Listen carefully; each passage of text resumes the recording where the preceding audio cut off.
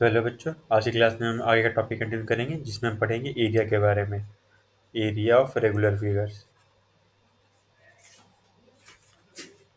रे, regular figures basically हमने जाना था कि ये क्या क्या होते हैं जिनके सारे साइड्स इक्वल होते हैं। तो बेसिकली हम इस क्लास में हम जानेंगे मेनली रेक्टेंगल और स्क्वायर के एरिया के बारे में, जिनका हमने पेरीमीटर भी कैलकुलेट करा था। और भी इसके इसके बियॉन्ड भी कुछ हमारे पास फिगर्स होंगे, तो उनका भी मैं एरिया कैसे कैलकुलेट करते हैं वो भी आज इस क्लास में जान लेंगे। तो देखो, इसमें क्या मैंने आखिरी क्लास में हम लोग को पढ़ाया था एक काउंटिंग स्क्वायर मेथड। कि काउंटिंग स्क्वायर मेथड में हम क्या करते थे कि हमारे पास इस तरह से एक शीट होती थी। इस तरह से हमारे पास ये स्क्वायर्स का एक वो होता था, एक पूरा ग्रिड। और इसमें हम जो भी हमें ये फिगर की एरिया कैलकुलेट करनी होती थी, हम बेसिकली देखते थे कि कितने स्क्वायर्स उसमें इंक्लोज्ड हैं। पर इसमें क्या है, इसमें हम रेक्टेंगल और स्क्वायर क्या होता है। रेक्टेंगल और स्क्वायर, लेट्स से यहाँ पे मैं एक रेक्टेंगल बना रहा हूँ, यहाँ पे एक रेक्टेंगल बना देते हैं। देखो, ये हमारे पास एक रेक्टेंगल हो गया, इसको हम बोलेंगे ए बी सी डी। अब इस रेक्टेंगल में क्या है कि अब इस रेक्टेंगल का एरिया कैसे कैलकुलेट करेंगे। ऑब्वियसली जैसे नंबर ऑफ स्क्वायर इसके अंदर इंक्लूडेड हैं, 1 2 3 4 5 6, तो इसको हम बोलेंगे इसकी एरिया है 6 स्क्वायर यूनिट्स। 6 स्क्वायर स्क्वायर क्यों बोला, चूंकि इसके अंदर 6 स्क्वायर, तो इसके हमने इसको 6 स्क्वायर यूनिट बोला। अब देखो यहाँ क्या है, यहाँ इस स्क्वायर की लेंथ कितनी है, 1 centimetre. Let's say 1 unit, centimetre unit क्यों बोलना, 1 यूनिट। इसकी भी 1 यूनिट है, इसकी भी 1 यूनिट है। तो क्या मैं इन तीनों को मिलाकर बोल सकता हूँ कि ये तीनों मिलाकर इसकी पूरी लेंथ हो रही है 3 यूनिट। 3 square unit. क्या मैं इसको सीधा सा बोल सकता हूँ कि 3 यूनिट हो रहे हैं ये, इसकी पूरी लेंथ 3 यूनिट। और उसी तरह से यहाँ देखो, इसकी भी 1 है, इसकी भी 1 है। क्या मैं तीनों को दोनों मिला के बोल सकता हूँ कि ये दोनों के दोनों 2 यूनिट्स हैं इसकी इसकी ब्रेथ। तो उसी तरह से हम अब देखो यहाँ पे क्या है, अब हम करेंगे 3 × 2, क्या 3 × 2 6 के बराबर आ रहा है। तो क्या हम बोल सकते हैं कि एरिया ऑफ स्क्वायर है length into breadth. Length into breadth. एक स्क्वायर की एक रेक्टेंगल की, याद रखना यहाँ पे हमारे पास एक फॉर्मूला निकला है। हमारे पास यहाँ एक फॉर्मूला क्या निकला है कि area of a rectangle is always equal to length into its breadth. और यही अगर मुझे यहाँ पे पेरीमीटर कैलकुलेट करने का होता तो पेरीमीटर में हम क्या बोलते हैं, 2 × L + B। और यहाँ पे इनकी यूनिट भी इसकी यूनिट होगी स्क्वायर यूनिट्स।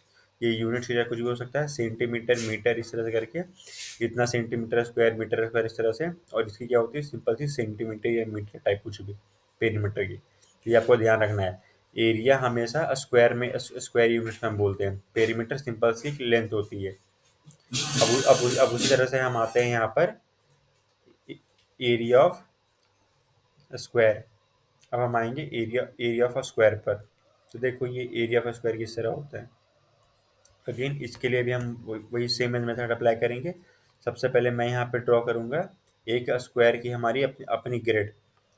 एक स्क्वायर की एक अपनी ग्रिड। देखो यहाँ पर,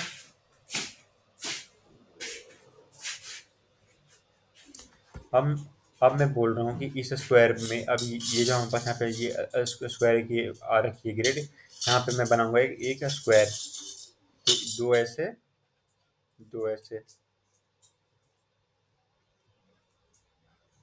इसको हम बोलेंगे लेट से, देखो रेक्टेंगल की तरह दिख रहा है, इसको मैं स्क्वायर बनाने की कोशिश करता हूँ। इसको हम बोलेंगे कि लेट से यहाँ पर स्क्वायर है, ये स्क्वायर है, ये इसके चारों साइड बराबर हो गए। इसको हम बोलेंगे EFGH। अब यहाँ क्या है देखो, इसकी पूरी लेंथ कितनी होगी, लेट से स्क्वायर में क्या है तो सारे दो साइड्स बराबर होते हैं, इसको हम क्या बोलेंगे 1। अगर जितनी साइड इतनी यहाँ होगी उतनी उतनी ही ये साइड यहाँ भी होनी है।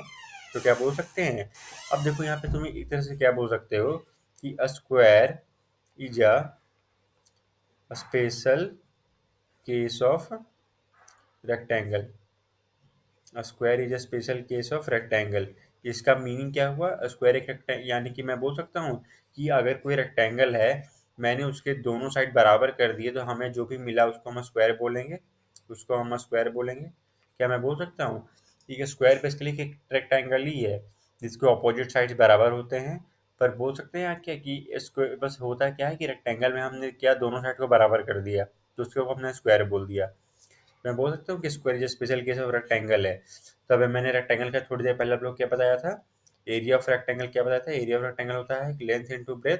तो क्या मैं बोल सकता हूँ कि एरिया ऑफ अ स्क्वायर क्या होगा हमारे पास, एल इंटू एल, क्योंकि एल बी तो एल के बराबर है, तो एल इंटू, तो क्या मैं इसको बोल सकता हूँ साइड स्क्वायर, या इसको मैं बोल सकते हैं side square.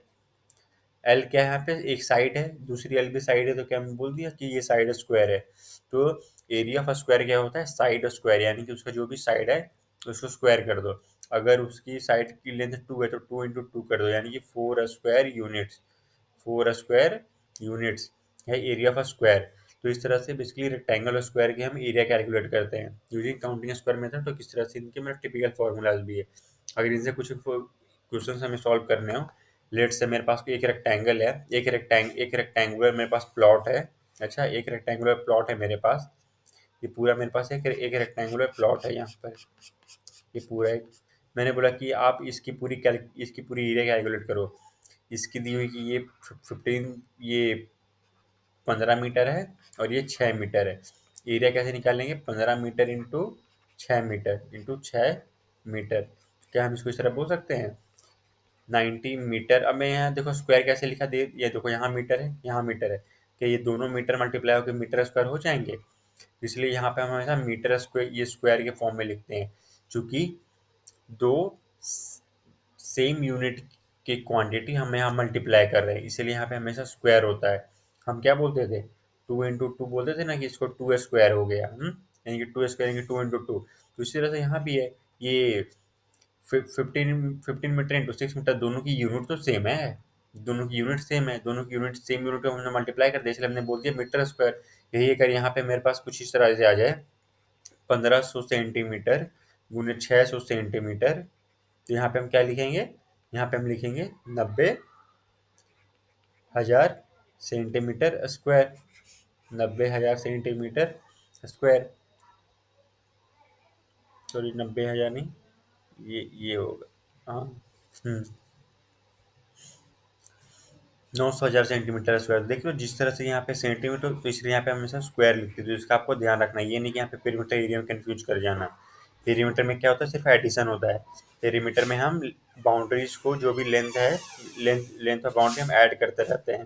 Perimeter is simply add, square हम यहाँ मल्टीप्लाई करते हैं, मल्टीप्लीकेशन में हमेशा हमारे पास यहाँ पे स्क्वायर आ जाएगा। तो ये था बेसिकली कुछ ये रेक्टेंगल और स्क्वायर के फॉर्मूला। इसके आगे क्लास में हम इनसे रिलेटेड प्रॉब्लम सॉल्व करेंगे। आज के लिए इतने बच्चों, मिलेंगे अगली क्लास में। Thank you.